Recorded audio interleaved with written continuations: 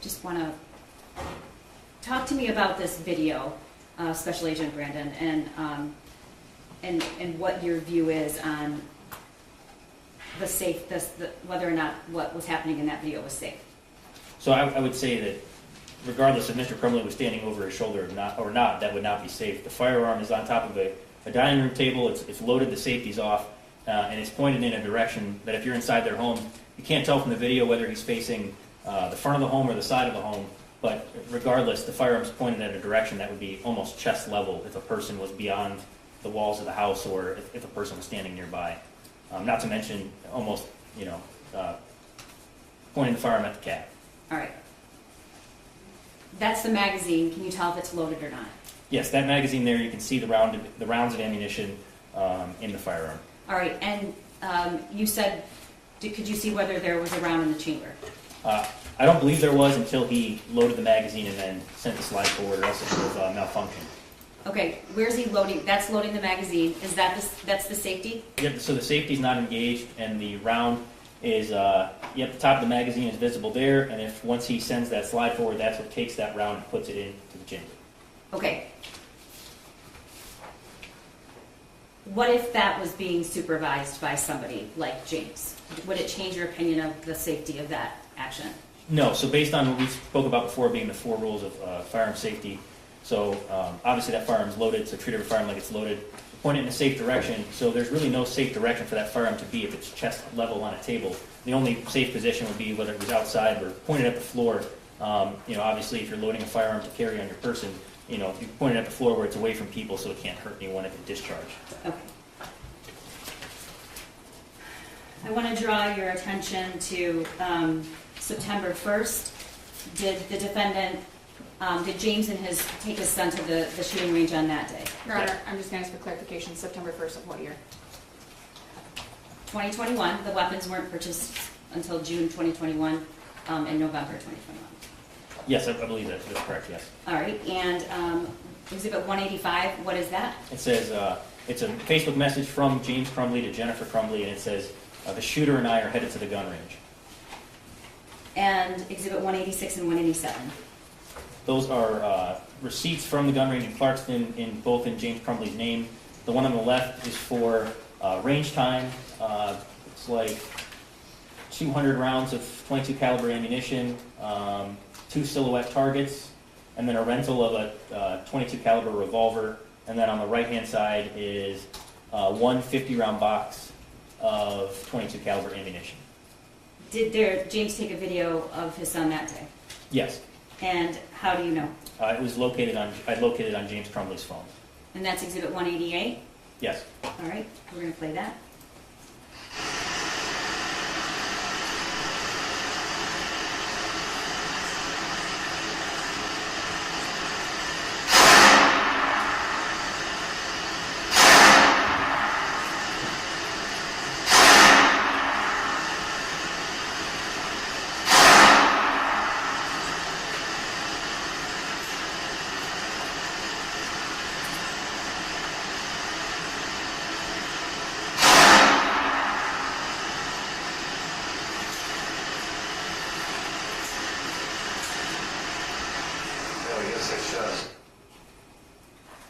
All right. On September 25th of 2021, did you come to learn that James took his son to the range on that day? Yes. And this is Exhibit 189. What's that receipt for? So it's a receipt again, and the name's James Robert Crumbley. It's got a range fee, a rental of a 9mm pistol, 9mm ammunition, 22 caliber ammunition, as well as a black torso target, it says. All right. And this, do you know if that was a SIG? That was not. It was a 9mm HK VP9. Okay. Is there a video of that day? Yes. So the actual gun range surveillance video. This was the furthest back for the range visits that we could get due to the footage writing over itself. So September 25th was the first date that we actually could get footage from the gun range in Clarkston. All right, and this is 190. We're going to play that.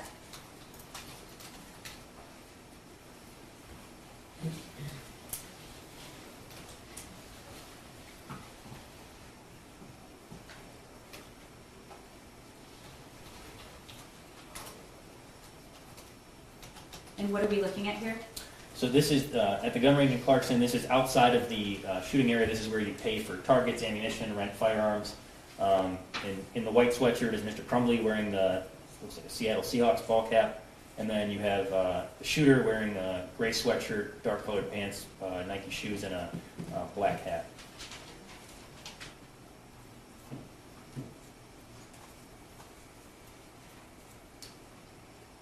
And what do you observe James Crumbley wearing at his belt level? Appears to be a holster.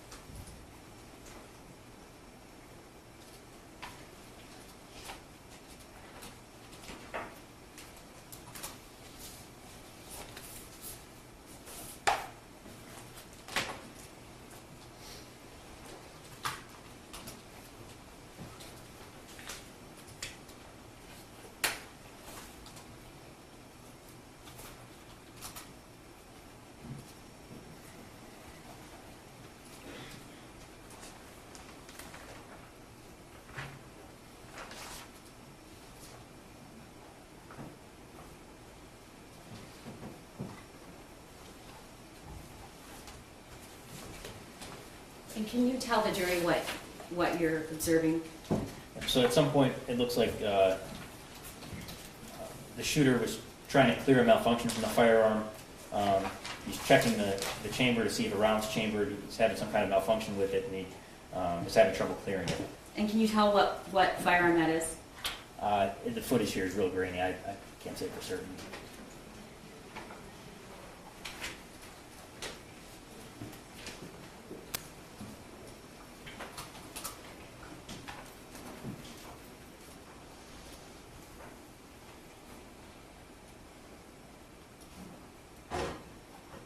And what does he appear to be doing right at this time? So he keeps checking the chamber for a round. He's having issues with it. He goes over to Mr. Crumbley. They walk back over. Mr. Crumbley picks up the firearm. He racks the slide 3 times to try to see what's going on with the firearm, and then he inserts the magazine here and gets the firearm back in operating condition.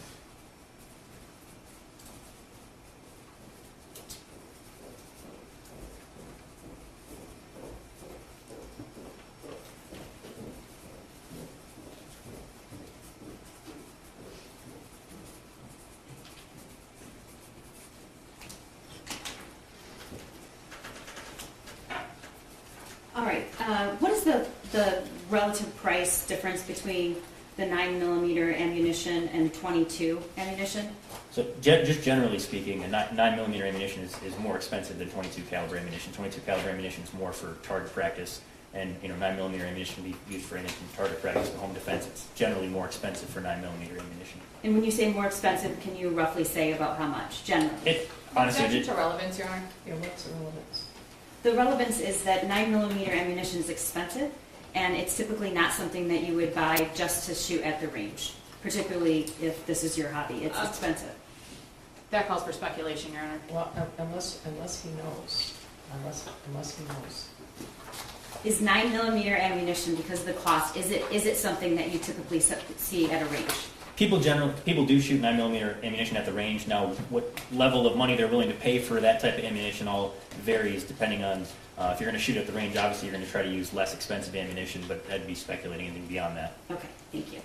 Drawing your attention to October 3rd, was there evidence uncovered that James and his son went to the range on that day? Yes. And Exhibit 191, that's a Facebook message. Yes, this is from James Crumbley to Jennifer Crumbley on October 3rd at 12:01 p.m. It says, "Cool, just got cleaning our guns, leaving for range in a few." All right, and then 192 is a receipt. Is it from that day? Yes, it's from October 3rd, 2021, in the name James Robert Crumbley. It's for a silhouette target, a range fee. I believe that's 100 rounds of .22 caliber ammunition, and then an additional, looks like an additional 2 boxes of .22 caliber ammunition. All right. Drawing your attention now to November 26th of 2021, you testified earlier that you were involved in the tracing of the weapon and the purchase of it on that day, correct? Yes. All right. And was that 9mm SIG purchased on that day?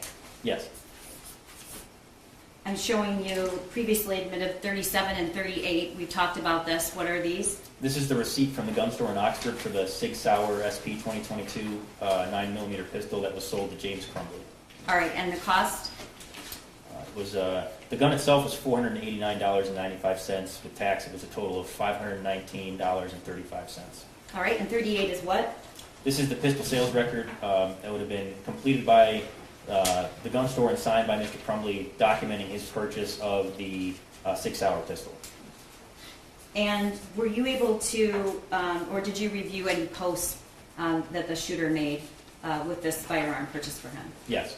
All right, and I want to draw your attention to Exhibit 95, and there are 3 slides here. What's the first one?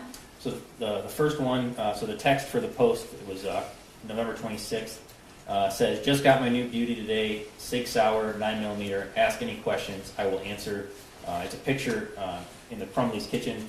It's hard to see from this photograph, but there's you see yellow and then some wood floor underneath it. That's the counters in their kitchen. So I'm holding the box, so this would be showing through this handle with the circle? Correct. Okay.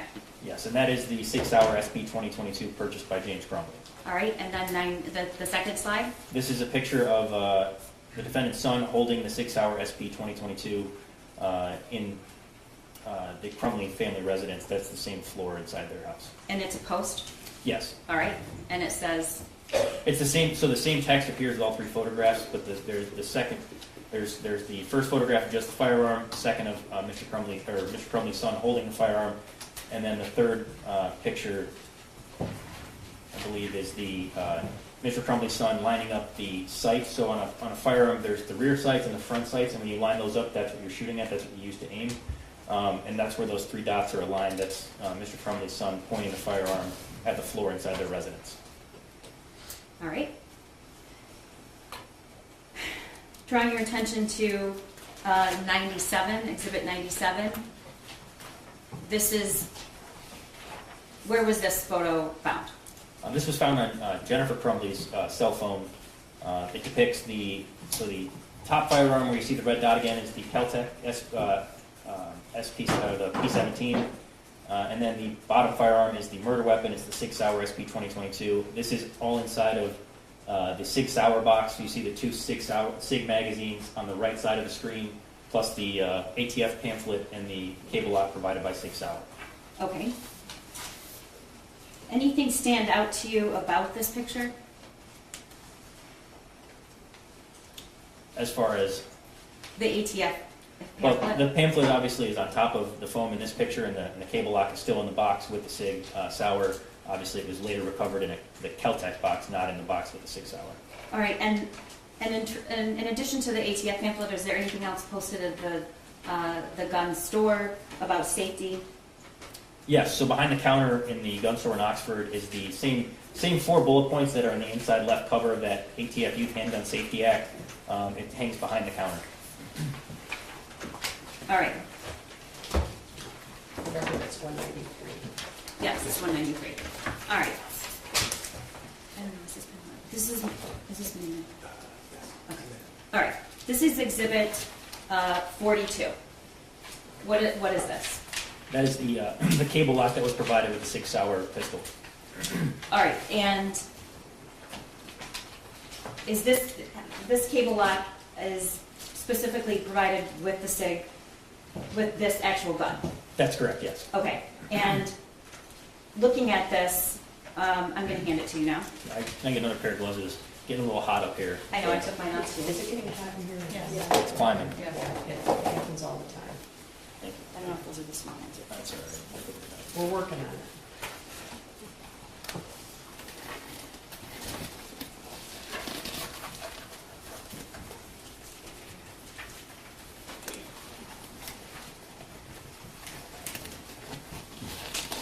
Definitely smaller ones this time. Sorry, Sorry. sorry, I do have the bigger ones, but That's all right. you got them on. Okay, I'm gonna ask you I'm gonna hand this to you, and then I'm gonna ask you to tell the jury whether or not you think this has ever been opened.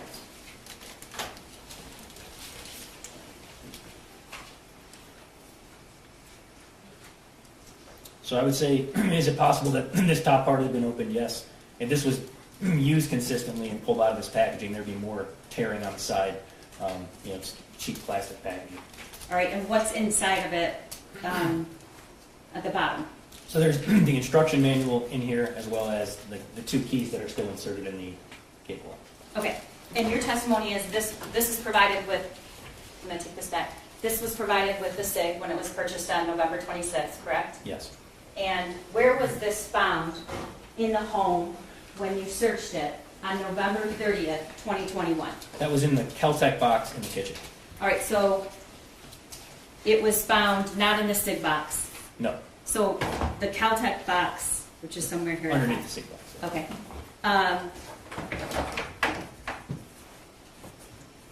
So the SIG cable lock was found with the Caltech. Where was the Caltech? The Keltec box is in the kitchen. Okay, but the Caltech, the weapon, was in the gun safe? That's correct, yeah. The Keltec pistol was in the gun safe in the Crumbley's bedroom. Okay, so this was found open or closed? That was closed. All right, and did you testify earlier this was found in a cabinet in the kitchen? I believe it was a cabinet or like a little space in the kitchen underneath it, yep, an island or whatever. Okay, and if we go back to the picture that Jennifer Crumbley posted, same cable lock? Yes. Okay. On November 27th, drawing your attention to Exhibit 195, what is that? That is a receipt from the range in the name Jennifer Lynn Crumbley for November 27, 2021. It's for pistol range visit, one target, and 2 boxes of Patriot Defense 9mm 124 grain ammunition at $23 or almost $24 a box. Okay, so 4 days earlier when the gun was purchased, is there a video of that, Yes. the purchase of the gun? On the 20, Is there a video of the purchase of the gun? No. The gun store did not have footage for that day. okay, so, but this is the 27th, the next day. Is that a Saturday? I believe so, yes. Okay, and is there a video from that? Yes, there was footage at the gun range in Clarkson. There was not footage at the gun store in Oxford. Okay, and do you've heard all the testimony before, were you able to determine where James Crumbley was on this day, on a Saturday when when Jennifer and the shooter went to the range? Yes, he was working that day doing DoorDash deliveries for most of the day. Okay. All right, it's Exhibit 196. I'm going to play this and the first part of it and stop for a moment at the counter and then move to, I think, just a section at the end because it's long. So Sure. just wanted to let everyone know. Okay, so what are we looking at right now? So the woman holding the pistol case, that's the 6 Sauer pistol case, that's Jennifer Crumbley. Behind her is the shooter wearing that gray sweatshirt and sweatpants and black shoes.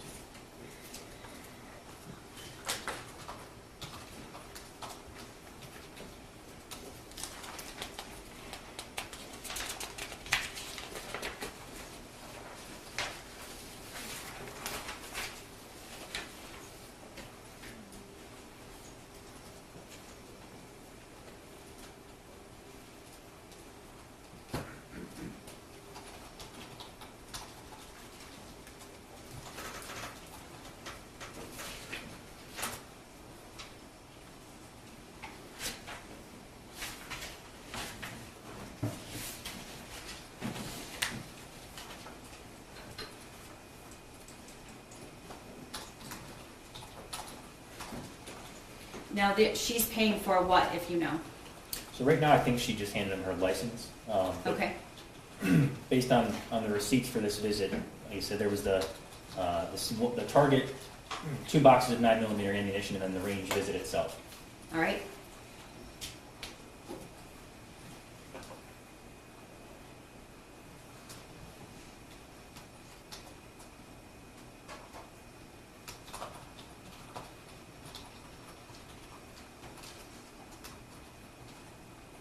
Okay, I'm gonna stop it there. What is he doing?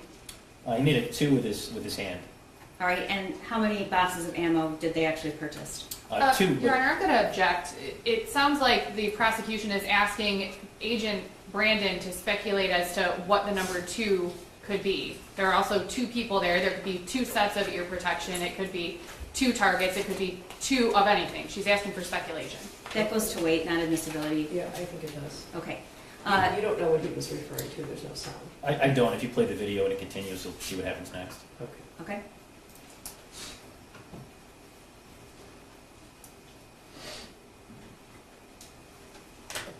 And if you know what is happening now? He's picking up the targets and 2 boxes of ammunition. He's ringing the 2 boxes of ammunition up now. And how much were the 2 boxes of ammunition for 9mm? A 9mm. I don't recall. It would be on the previous slide for the receipt, but I think it was around $24.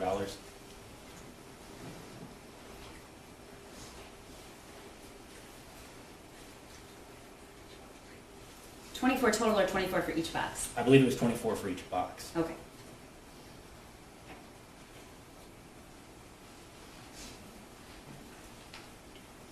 All right, we're going to now go to what happens after they leave here.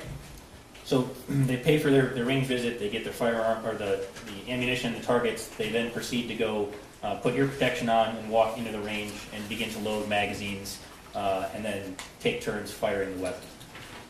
All right, and we're going to go to the segment where they're actually firing the weapon.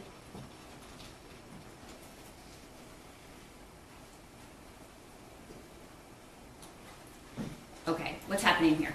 So in the back, the shooter is loading ammunition into the magazines. At one point during the video, Mrs. Crumbley does help load at least a couple rounds of ammunition as well into the magazines, and then they proceed to take turns shooting the firearm. All right, and we're going to speed to a part. Is there some point where you're observing him instructing or trying to help his mother? Yes. All right. Okay, what are we seeing here? So this is one of the times that the shooter shot the murder weapon. He sends the target downrange, loads the magazine into the firearm, and then discharges it several times.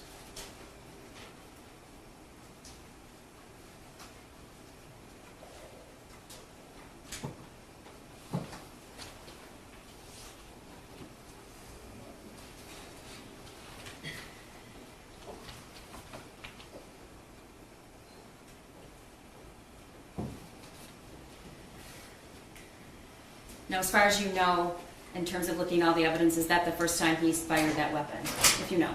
Yes, based on all the evidence I was able to locate, this is the first time, yes.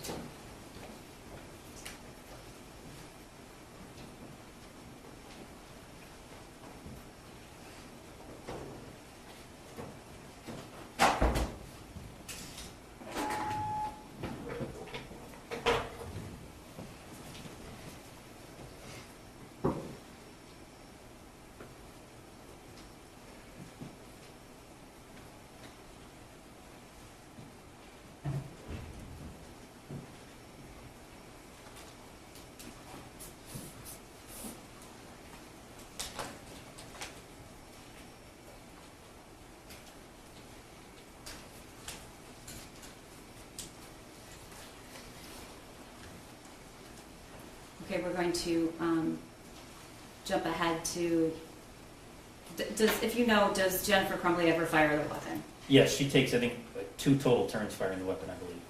Okay.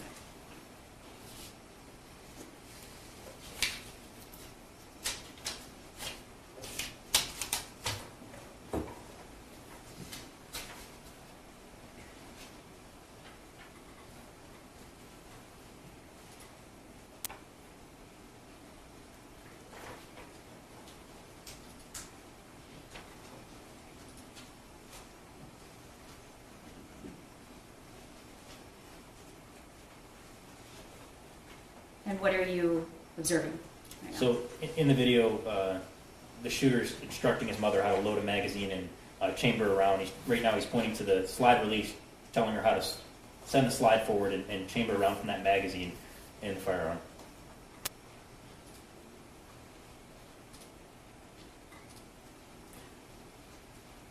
How many rounds, if you know, did they fire that day? I believe it was a total of 50. There was 2 boxes of 50 rounds of ammunition, and they left the range with 1 full box of 50 rounds. Do you know how many she fired versus the shooter? I don't know the exact number. I know that it was significantly more for the shooter than his mother. Okay, do you know, how do you know that they left with a 1 full box? So at the end of the video, the shooter packages up the 6-hour in the 6-hour pistol case, and then hands the box. His mom takes the box. Mrs. Crumbley takes the box as they leave, and the shooter walks out carrying the box of ammunition. Okay, and we're going to fast forward to that part.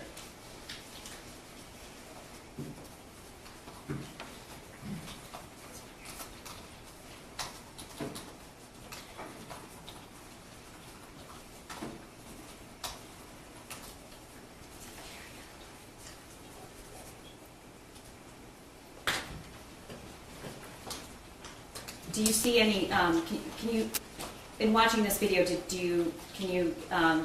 it visible, the actual case? Yes. And do you see a lock or the ATF pamphlet? No, not during this video, no. Okay. And is that the SIG case? It is.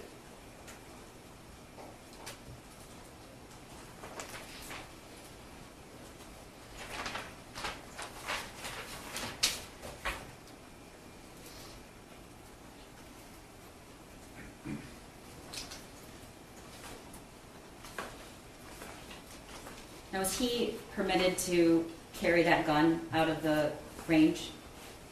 So there would be nothing barring him with his mother's supervision right there for carrying the firearm, no. Okay. And what about the ammo? Same with the ammo. Okay.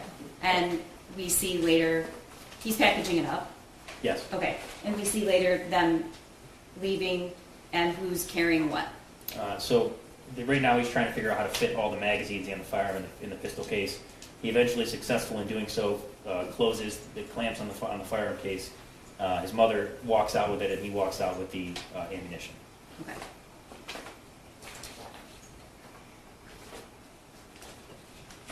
And if you know, how many rounds did he take to the school that day? I believe there was a total of 50 based on the number of rounds discharged being 32 and the rounds recovered. We talked about the cable lock that was sold with the SIG. If it had been installed in that firearm, about how long does that take to install a cable lock? If the slide's already to the rear of the firearm and the magazine port and the ejection port are visible, it would take under 10 seconds. Okay. I want to lastly draw your attention to Exhibit 130. What's that? So this is an Instagram post by the defendant's son. It's 100, sorry. Oh, yeah. By the defendant's son, after returning from the shooting range, took my new SIG out to the range today. Definitely need to get used to the new sights, LOL, and then there's a picture of his target. All right. And this is a post that Jennifer Crumbley posted that day? Yes, that same day, mom and son day, testing out his new Xmas present. My first time shooting a 9mm, I hit the bullseye. And this is just a different picture with the same post? Yes, I believe she had 3 photographs with her post, including the 6-hour on the kitchen counter with the ATF pamphlet underneath. And do you see a cable lock? I do not. Okay. Moving to Exhibit 130. This is the math worksheet.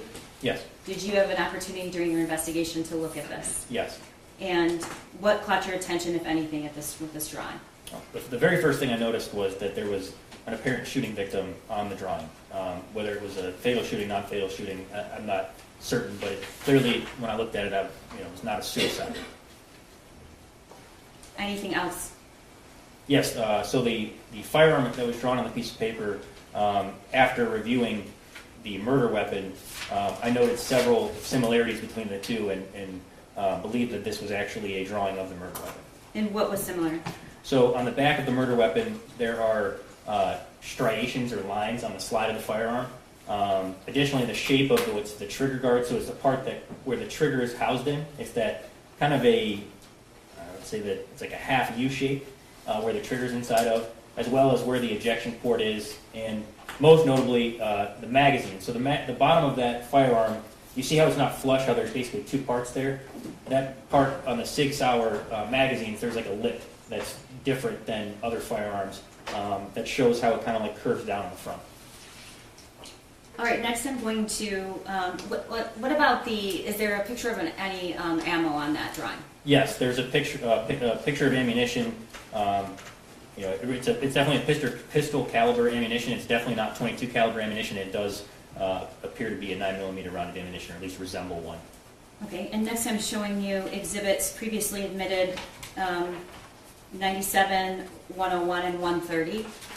What are we looking at? So those are pictures of the murder weapon on either side.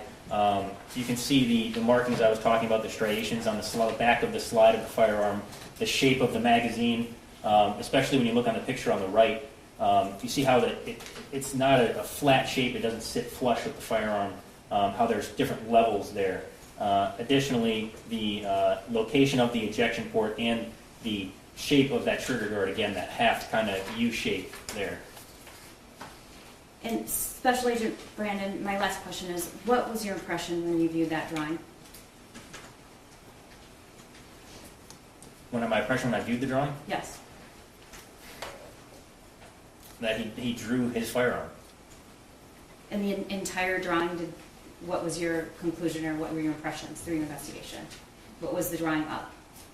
He drew a murder. Thank you. Nothing further. Can you take a break at this time, Your Honor? I think the jury's probably... Sure you need a break, right, Ms. Moore? Would you Yes, like a break? Yes, please, Your Honor, thank you. Right. Okay, I have asked about the heat, but this is an old building, and this happens all the time. An hour from now, we'll all be freezing, so.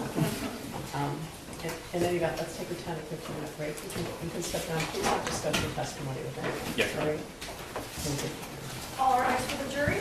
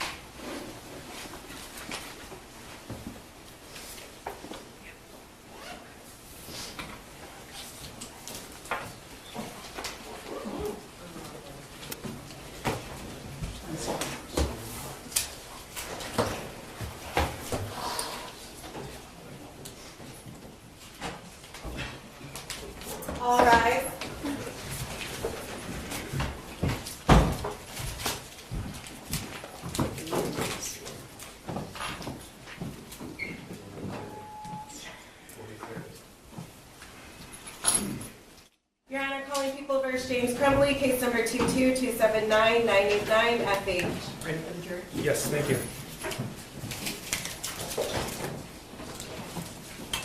You can retake your seat.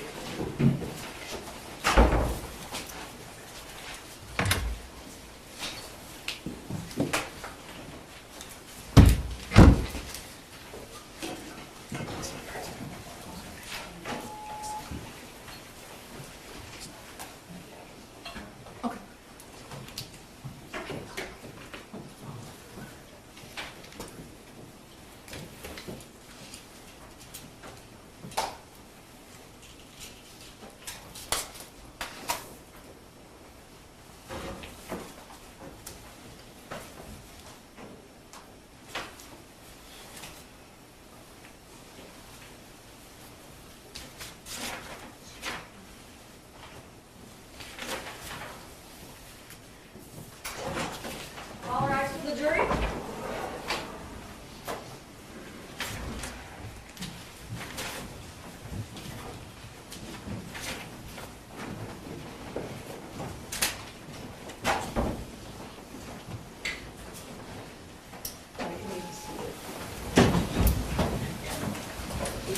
You are so good. Yes, Your Honor. Thank you. Listen. Thank you, Your Honor. Good afternoon, Agent Brandon. Good afternoon. I'm going to go back just a little bit and get just a little bit of background information. In November of 2021, you were employed by the ATF, and you also worked on was it a task force? Did I understand that correctly? So at the time of the shooting, I wasn't on the task force yet. I was working on cases in Pontiac that which led into the creation of that task force. In connection with this case, you reviewed a significant amount of information and data in the investigations related to the Oxford High School shooting. Yes. And that would be specific to Mr. Crumbley, some specific to Mrs. Crumbley, and some specific to their son. Yes. On September 25th of 2021, you testified that that James and his son went to a gun range in Clarkston, September 25th, yes. that they rented a 9mm handgun, if you recall, and I can pull the exhibit up if you'd like. No, that's correct. Okay. That they purchased 2 boxes of 9mm ammunition. I believe that's the correct quantity, yes. If you recall, the price of those boxes was $29.99 each. I don't recall, but that wouldn't surprise me. Okay. That sounds about right for a box of 9mm ammunition. Yes. There was also .22 caliber ammunition that was purchased. Yes. They fired a .22 caliber pistol, I believe the video we had, yes. and that was the Caltech that's owned by James Crumbley. I believe that is the firearm that's depicted, yes. Okay. And you also learned that they also fired a 9mm pistol, Yes, which is the one that they rented. correct. That was the HK. Yes. In October 3rd of 2021, they went to the gun range again, they being James Crumbley and his son. Yes. They purchased .22 caliber ammunition. I don't recall the exact receipt for that day, but that sounds correct for that day, yes. And in October of 2021, to your knowledge, based on your knowledge of the investigation, there were 2 pistols in the home, and that was there were BB guns as well. I'm Sure. not referring to those. Sure. There were 2 pistols. There was the Derringer, which you've been shown, and the Caltech. Correct. Okay. Those are both .22 caliber handguns. Yes. November 26th of 2021 is when the Sig Sauer 9mm was purchased, Yes. and that was done so by James Crumbley. Yes. And if you recall from the receipt, there was it was a handwritten receipt, Yes, the receipt was handwritten, yes. and the receipt had the firearm listed, Yes. the serial number of the firearm, Correct. one. Correct. So that was the day after the 9mm was purchased. Yes. They purchased 2 boxes of Patriot Defense 9mm ammunition. Yes.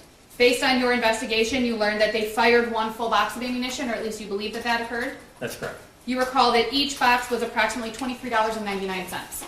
Yes. That they left with 1 box of 50 rounds of ammunition. Correct.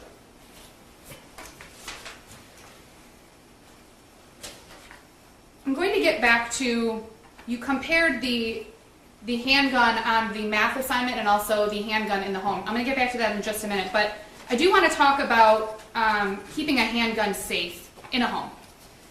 You would agree that there are a variety of ways to keep a handgun safe in a home, and I'm going to give you some examples.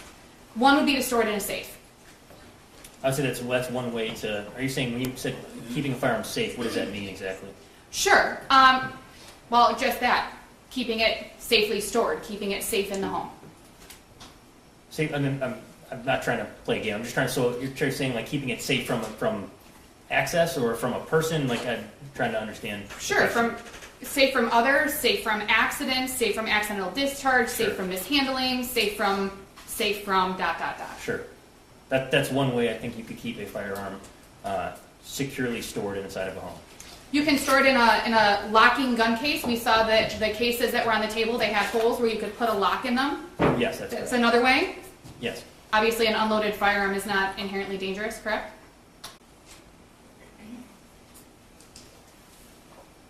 Right? State and local ordinances at one point, but generally speaking, yes, it's a federal law. Okay. And you're aware that it is legal under federal law for a minor to possess a handgun in certain circumstances. Yes, that's correct. That includes going to a shooting range. So we have to be careful about how we're using the words in that sentence. So there's five specified things in particular about what minors can do alone with firearms with written consent from their parents. It would be hunting, ranching, employment, target practice, and hunting, I believe. But there's specific things you have to do with as far as if they're doing it alone with written consent, the consent has to be on them. There's a variety of things in the actual statute itself. I can't recall all of them off my head, but if I'd have to love a little more information to know that was okay. Sure. And we don't have any evidence, and we haven't looked at any evidence during your testimony, and you've been sitting in court for all the witnesses, correct? That's correct, yes. There's been no evidence presented by Mr. Wagrowski or any other witness to show that Mr. Crumbley's son went to the range by himself. No, not that I've discovered in this Okay. case, no. So we're talking about going to a shooting range with a parent. We're talking about going to a shooting range with a parent. That itself is not illegal under federal law. No. Learning firearm safety. A minor can handle a firearm while learning firearm safety. Again, assuming they're with a parent. Right. There's only certain things that are covered by federal law that federal law even touches upon, and it's the transfer of a handgun to a minor. It's not even contemplating those scenarios you're discussing. So there is not a federal law that says a parent can't show their child firearm safety. No. And during your involvement in this case, you found no evidence that James Crumbley was aware that his son had obtained unsupervised access to any of the firearms in his house. Can you repeat the question? Yes. During your involvement in this case, you found no evidence that James... Yes. With each purchase, you know that Mr. Crumbley signed a trigger lock statement. That's correct. And you reviewed those as part of your involvement in the case. Now, you also know that for an FFL dealer to be compliant with federal law, that they also have to provide the ATF youth safety handgun notice. Correct. With each purchase. Yes. So, Mr. Crumbley purchasing 3 handguns between June and November, he would have received 3 of those pamphlets. I believe that's correct, yes. So we've talked about one, the one that was found in the Sig Sauer case, but you don't know the location of the other 2. I do not. And there's no requirement in that pamphlet or anywhere that Mr. Crumbley display that notice anywhere in his home. No. Okay.